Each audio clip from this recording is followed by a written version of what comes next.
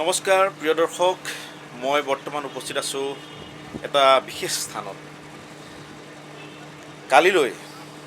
কালিলৈ মাজুলীবাসীৰ বাবে এটা বহুত ডাঙৰ, বহুত শুভ দিন।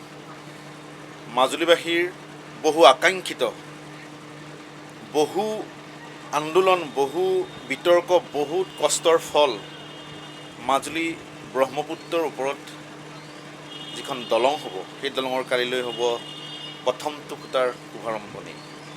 আৰু এই শুভাৰম্ভ কৰিব অসমৰ মাননীয় মুখ্যমন্ত্ৰী ডক্টৰ হিমন্ত বিশ্ব শৰ্মাদেৱে। প্ৰিয় দৰ্শক, মই আহিলোঁ আপোনালোকক দেখাম বুলি। কেনেদৰে চলিছে প্ৰস্তুতি বৰ্তমান আপোনালোকক মই দেখাবলৈ যত্ন কৰিম। চাওক, মোৰ পিছফালে কিমান ডাঙৰ এটা মেচিন ইয়াতে এষ্টাব্লিছ কৰিছে, বহাইছে, আৰু বিভিন্ন ধৰণৰ পৰিৱেশ মই আপোনালোকক দেখাবলৈ যত্ন কৰিছোঁ। চাই থাকক। মই দেখাইছোঁ কালিলৈ মাননীয় মুখ্যমন্ত্ৰীয়ে কেনেদৰে এই বহু আকাংক্ষিত দলংখনৰ পাইলৰ শুভাৰম্ভণি কৰিব।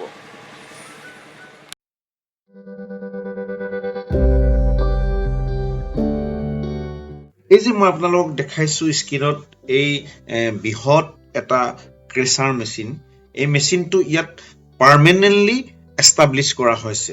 আৰু এই মেচিনটো এইকাৰণে ইয়াতে এষ্টাব্লিছ কৰি লৈছে যে যিটো কনষ্ট্ৰাকশ্যন কোম্পেনীয়ে দলংখনৰ কাম পাইছে, সেইটো হ'ল আমি জনামতে ইণ্ডিয়াৰ এটা কোম্পেনী।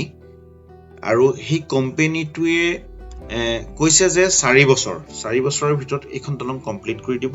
আৰু এই কথাটো কেৱল কোম্পেনীটোৱে নহয়, অসমৰ মাননীয় মুখ্যমন্ত্ৰী মহোদয়ে কৈছে, আৰু অসম চৰকাৰ বিভিন্ন ধৰণৰ, কালি ইতিমধ্যে আহি গৈছে আমাৰ অসমৰ বৰ্তমানৰ বিত্তমন্ত্ৰী অজন্ত নেওগ বাইদেউ, বা আমাৰ অভিভাৱক মন্ত্ৰী বিমল বৰাদেৱ, বা বিভিন্ন ধৰণৰ চৰকাৰী পক্ষই এইটো কথা ঘোষণা কৰিছে যে 4 বছৰৰ ভিতৰত এইখন দলং কমপ্লিট কৰি দিব।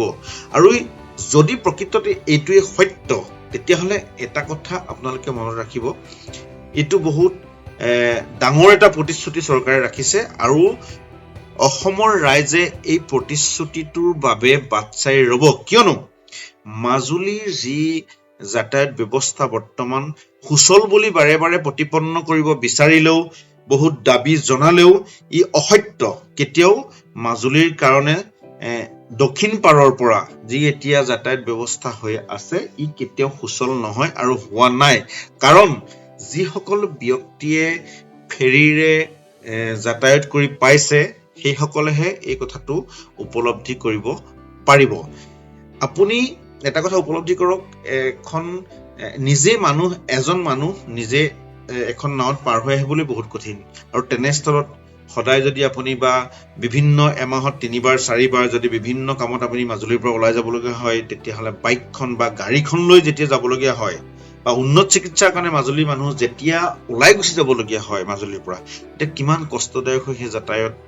আৰু বিশেষকে এই যিটো যাতায়াত, এই যাতায়াতটোত ৰাতিৰ বাবে একেবাৰে সুচল নহয়, বা নহয়, এইটো বন্ধ হৈ থাকে। গতিকে আপোনালোকে লক্ষ্য কৰিব, যদি প্ৰকৃততে 4 বছৰৰ ভিতৰত এখন দলং নিৰ্মাণ কৰি এইখন চৰকাৰে দিব পাৰে, তেতিয়া আৰু বুজিবলৈ বাকী নাথাকিব যে অসমৰ উন্নতি কিমান উচ্চ শিখৰলৈ গতি কৰিব।